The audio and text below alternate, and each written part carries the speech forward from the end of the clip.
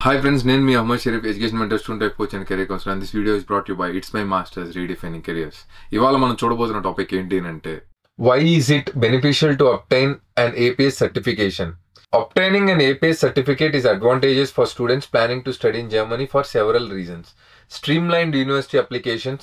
The APS certificate simplifies the process of applying to German university by providing them with a standardized validation of your academic qualification.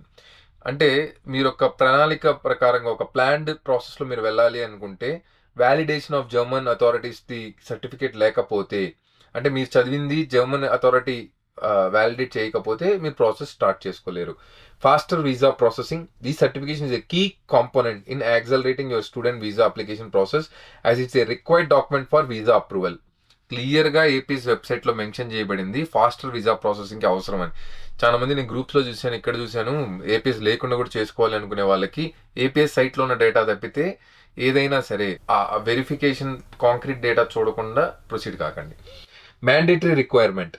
It is important to note that an APS certificate is not just helpful but a mandatory requirement for the student visa application for those aiming to study in Germany.